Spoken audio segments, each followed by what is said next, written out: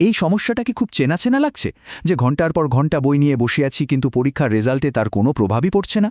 এটা কিন্তু একটা খুব সাধারণ সমস্যা, যা অনেককেই হতাশা করে তোলে।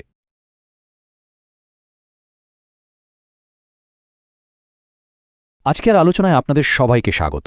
চলুন আজ আমরা দেখি কিভাবে খুব সাধারণ একটা প্ল্যান দিয়ে পড়ার অভ্যাসকে পুরোপুরি বদলে ফেলা যায় আর সাফল্যকে আরও সহজে কাছে নিয়ে আসা যায়। এই সমস্যাটা কি খুব চেনা চেনা লাগছে, যে ঘন্টার পর ঘন্টা বই নিয়ে বসে আছি কিন্তু পরীক্ষার রেজাল্টে তার কোনো প্রভাবই পড়ছে না? এটা কিন্তু একটা খুব সাধারণ সমস্যা, যা অনেককেই হতাশা করে তোলে। আচ্ছা, তাহলে চলুন এই সমস্যার একদম গোড়ায় যাওয়া যাক। এই যে এত হতাশা, এর মূল কারণটা আসলে কি? বেশিরভাগ ক্ষেত্রে এর উত্তর হল কোনো পরিষ্কার পরিকল্পনা ছাড়াই পড়াশোনা করা। ব্যাপারটা কি হয় জানেন, যখন আমাদের সামনে কোনো প্ল্যান থাকে না, তখন আমাদের মন কিন্তু সবসময় সহজ রাস্তাটা খোঁজে। মানে যে সাবজেক্টগুলো পড়তে ভালো লাগে সেদিকেই চলে যায়, আর কঠিন অধ্যায়গুলো ওগুলো তো জমতেই থাকে পরীক্ষার আগের রাতের জন্য। দেখুন, পার্থক্যটা কিন্তু একদম পরিষ্কার। একদিকে প্ল্যান ছাড়া পড়লে কি হয়, কঠিন বিষয়গুলো আমরা এড়িয়ে যাই, অনেক মূল্যবান সময় নষ্ট হয়, আর পরীক্ষার আগে মাথায় যেন আকাশ ভেঙে পড়ে।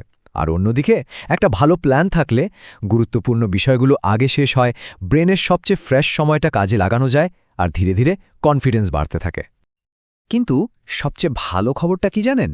এর সমাধানটা কিন্তু একদমই সহজ, আর যে কেউ এটা করতে পারে। চলুন দেখি কিভাবে এই অবস্থা থেকে বেরিয়ে আসা যায়।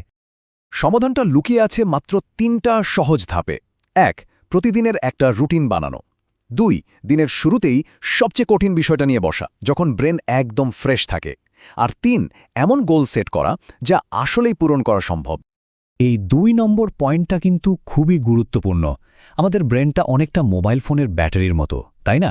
সকালে যখন এটা ফুল চার্জ থাকে, তখন যদি আমরা সবচেয়ে কঠিন জিনিসটা, যেমন ধরুন অঙ্ক বা ফিজিক্স নিয়ে বসি, তাহলে সেটা বোঝা কিন্তু অনেক সহজ হয়ে যায়।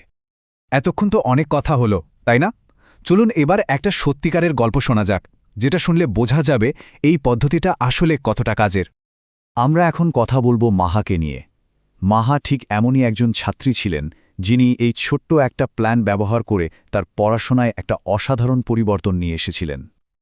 এই দেখুন, এটাই ছিল মাহার সহজ কিন্তু সুপার কার্যকরী প্ল্যানটা। ও দিন শুরু করত সবচেয়ে কঠিন সাবজেক্ট মানে অঙ্ক দিয়ে, তারপর মাঝারি কঠিন একটা বিষয়, আর শেষে একদম সহজ কিছু। দেখে মনে হচ্ছে খুব সাধারণ, তাই না? কিন্তু এটাই ছিল ওর সাফল্যের আসল চাবিকাঠি। আর সবচেয়ে অবাক করার মতো ব্যাপার হলো, এই নিয়মটা মেনে চলার মাত্র ১ মাসের মধ্যেই মাহা নিজের মধ্যে একটা বিরাট পরিবর্তন দেখতে পেল। পরীক্ষার আগে আর কোনো টেনশন নেই, কারণ সবকিছু তো আগে থেকেই গোছানো। তাহলে এত সব আলোচনার পর মূল কথাটা কি দাঁড়ালো? চলুন পুরো ব্যাপারটাকে একটা সহজ ফর্মুলায় ফেলে দিই, যেটা খুব সহজে মনে থাকবে। এই যে, এটাই হলো সেই ম্যাজিক ফর্মুলা। একটা নির্দিষ্ট রুটিন, সাথে কঠিন টপিকগুলো আগে শেষ করার মানসিকতা, আর প্রতিদিনের জন্য বাস্তবসম্মত লক্ষ্য।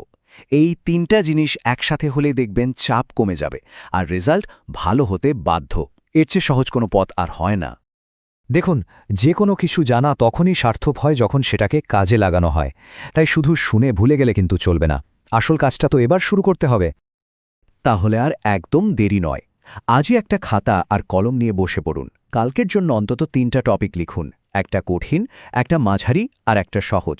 আর নিজের কাছে নিজে প্রতিজ্ঞা করুন, কাল যেভাবেই হোক এই ৩টা শেষ করতেই হবে।